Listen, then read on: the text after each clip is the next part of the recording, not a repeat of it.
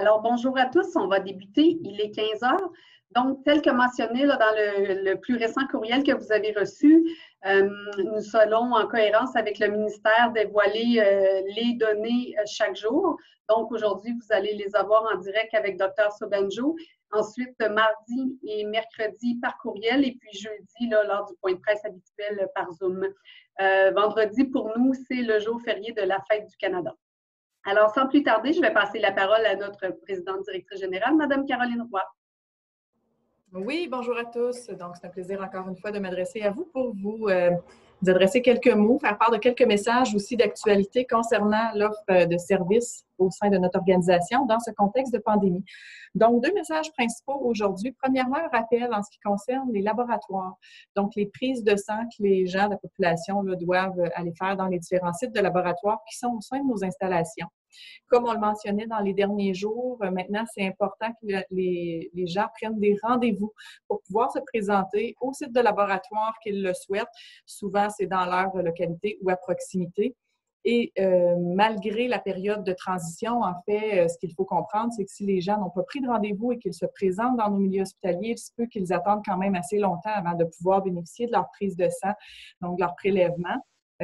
Puis, on espère bien là, passer tout le monde, mais c'est vraiment préférable et attendu que tout le monde prenne leur rendez-vous. Quelques personnes se présentent encore sans rendez-vous, mais c'est très simple. Il suffit de composer le numéro de téléphone qui est disponible de différentes façons, même sur notre site Internet, au site de l'hôpital de leur choix, puis de pouvoir prendre un rendez-vous, ou encore plus simplement pour ceux qui ont accès à Internet, directement sur Internet, vous prenez un rendez-vous en allant sur le site de clicsante.ca ou sur le site Internet du CIS de l'Abitibi-Témiscamingue et assez facilement, vous allez retrouver la façon de pouvoir prendre votre rendez-vous. Maintenant, avec des plages horaires bien élargies, donc le matin et l'après-midi. Et ça, c'est pour chacun des sites, à l'exception du site de Malartic. Deuxième message concerne les visites ou l'accès à nos installations pour les visiteurs, accompagnateurs, proches aidants. Donc, depuis vendredi dernier, pour l'ensemble des milieux hospitaliers, comme il vous a été mentionné, effectivement, la mesure d'assouplissement prévoit maintenant que des accompagnateurs, donc des gens qui offrent un soutien ponctuel à un usager admis, puissent être admis dans nos centres hospitaliers. Ce que ça signifie, c'est qu'effectivement, on a maintenant plus de personnes qui vont se présenter pour pouvoir offrir un soutien ponctuel. Puis ça peut être un soutien moral, ça peut être un soutien pour une activité particulière, ça peut être pour différentes commissions à réaliser. C'est pour l'ensemble de nos usagers qui sont admis dans nos centres hospitaliers, peu importe la durée de séjour, peu importe le lieu aussi où la personne est hospitalisée sur les différentes unités. Par contre, il y a quelques conditions à respecter.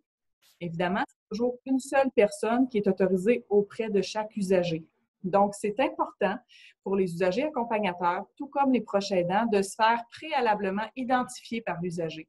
Donc, ce qu'on demande aux gens qui sont hospitalisés maintenant, à partir du moment où ils sont admis, donc qui sont hospitalisés ou en cours de séjour, c'est qu'eux-mêmes doivent identifier les gens pour lesquels ils donnent accès à pouvoir leur rendre visite, à pouvoir leur apporter du soutien. Ces gens-là vont être placés dans un calendrier de visite pour s'assurer qu'il y a une seule personne à la fois. Puis évidemment, il y a un contrôle qui est fait à l'entrée de nos installations hospitalières pour s'assurer toujours qu'il y a une personne à la fois, que les mesures de sécurité soient respectées en termes de protection, contrôle des infections. Donc, toutes les personnes qui entrent dans nos installations vont devoir porter un masque de procédure, respecter la règle de distanciation. Puis, comme je le mentionnais, au niveau du centre hospitalier, c'est une seule personne à la fois et pour un maximum de 4 personnes par séjour de 24 heures. Donc, c'est seulement 4 personnes pour une même journée qui vont pouvoir avoir accès à l'usager admis. Pour les CHSLD, c'est un peu différent. Donc, on a accès à effectivement autoriser 2 personnes à la fois auprès d'un résident. Par contre, ces 2 personnes-là doivent être du même ménage.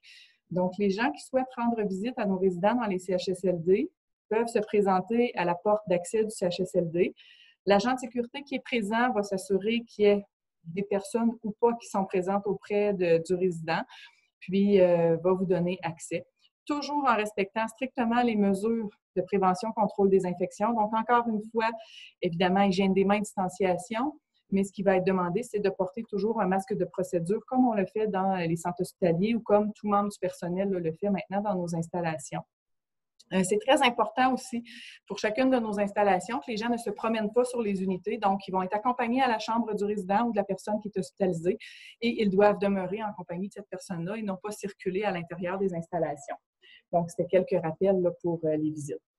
Pour nos partenaires milieux de vie, donc que ce soit les ressources intermédiaires, les RPA, qui hébergent là, des personnes âgées, c'est un peu les mêmes règles. Donc, pour les ressources intermédiaires, les ressources de type familial qui sont plus petites, donc avec 10 personnes ou moins qui sont résidents, bien, à ce moment-là, il y a seulement 10 personnes à la fois pour l'ensemble des résidents qui peuvent avoir accès au milieu d'hébergement.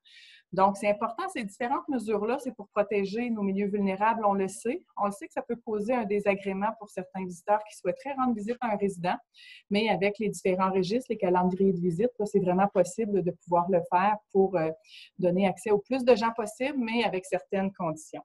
Pour les plus grandes RPA ou les plus grandes RIRTF, bien, à ce moment-là, c'est différent. Donc, les plus grandes ressources intermédiaires, ressources de type familial, c'est toujours 2 personnes auprès du résident qui sont possibles. Donc, ça ressemble à ce qui est mis en place dans nos CHSLD, mais toujours du même ménage. Donc, une personne avec une autre, mais qui n'habite pas au même endroit, ne pourrait pas visiter en même temps un résident. Puis, les très grandes RPA également, bien, à ce moment-là, c'est la règle là, d'un peu ce qui s'applique dans nos domiciles qui est en vigueur, c'est-à-dire seulement 10 personnes au total est admis à l'intérieur d'une unité locative d'une résidence privée pour aînés pour un résident. Toujours de 3 ménages avec une distanciation de 2 mètres, tout comme on le demande au sein de chacun des domiciles là, en province. Donc, c'était réellement quelques règles en rappel. Puis, simplement pour vous mentionner qu'à partir du moment où il y aurait une éclosion dans une de nos installations, donc que ce soit en milieu hospitalier, que ce soit en CHSLD, ces différentes règles-là vont être adaptées. On va vous communiquer l'information. Puis, en période d'éclosion ou dans les zones d'isolement, dans les zones chaudes, c'est seulement les proches aidants qui ont accès. Donc, un accompagnateur, un visiteur n'a pas accès à un résident, n'a pas accès à un usager non plus. C'est seulement les proches aidants pour lesquels on donne toujours accès à partir du moment où cette personne-là offre un soutien quotidien régulier, que ce soit pour l'hygiène, pour les repas, pour l'habillage, un soutien émotif régulier. Donc, on s'assure réellement là, de pouvoir donner accès à ces gens-là en tout temps. C'était les rappels de quelques messages. Merci beaucoup, Madame Roy. Alors, sans plus tarder, je vais passer la parole à Dr. Omobola Sobanjo pour les données. Oui, bonjour. Merci beaucoup, Madame Labonne. Oui, donc aujourd'hui, je vous confirme que pour notre journée, nous n'avons pas eu de nouveaux cas. Donc, ça fait 12 jours maintenant depuis notre dernier cas confirmé dans la région de l'Abitibi-Témiscamingue. Donc, nous avons toujours 172 personnes confirmées, cas confirmés de la COVID-19 depuis le début de la pandémie. Et de ces personnes, nous avons 5 cas actifs actuellement. Il y a personnes hospitalisées ici en région pour la COVID-19. Aussi, à travers la province, on voit une évolution de la situation épidémiologique qui est favorable. Donc, depuis le 20 juin, le nombre quotidien des nouveaux cas est moins de 100 à travers la province. Et depuis le 13 juin, nous voyons qu'on a le nombre de nouvelles hospitalisations, c'est moins de 20 nouvelles hospitalisations par jour. C'est que ça annonce bien pour l'évolution de la situation de COVID ici en région et aussi au Québec. Toutefois, je me permets de faire un rappel parce qu'on voit aussi dans d'autres États et dans d'autres pays où il y a eu un assouplissement des mesures et où les gens ont eu une moins forte adhésion, où les gens ont relâché, ils respectent moins les consignes sanitaires, ils commencent à avoir des éclosions et des nouvelles reproductions, une augmentation du nombre de cas. Il y a des pays qui annoncent une deuxième vague.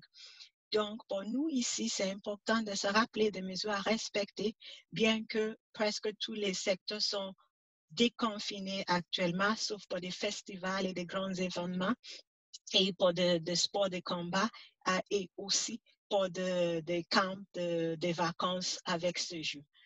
Il faut se rappeler que lorsqu'on voit, on a des rassemblements à l'intérieur, il faut se rappeler que dans le milieu privé, même si on est à l'intérieur ou on est à l'extérieur, il faut respecter le maximum de 10 personnes et ces personnes provenant de maximum de 3 adresses différentes. Également, c'est important de se laver fréquemment les mains et surtout lorsqu'on arrive de l'extérieur. C'est également important de se rappeler dès qu'on a des moindres symptômes, de rester chez nous, de s'isoler, d'appeler la ligne 1-877-644-4545 pour avoir une évaluation et d'accéder aux tests de dépistage. Également, c'est important que pour toute personne qui a plus de 16 ans, la règle générale pour la distanciation physique, c'est 2 mètres. Donc, lorsqu'on ne peut pas, lorsque c'est difficile à respecter une distance de 2 mètres entre aux autres, ceux qui n'habitent pas dans la même maison avec nous, on peut porter, c'est recommandé, c'est fortement recommandé de porter un couvre-visage. Donc, ce sont des mesures qui vont nous permettre de pouvoir profiter de l'été et de tout l'assouplissement des mesures que nous avons maintenant, tout en gardant la situation épidémiologique comme c'est. Il ne faut pas qu'on laisse une propagation de virus plus important dans notre région. Merci. Merci beaucoup, Dr. Sobanjo. Donc, avant la période de questions, Mme Roy avait un dernier message. Oui, ben en fait, je souhaitais vraiment souligner la grande collaboration qu'on a eue de l'ensemble des municipalités de la région. À quelques occasions, on a pu comme ça remercier des partenaires directement via les médias, de la façon dont on le fait aujourd'hui.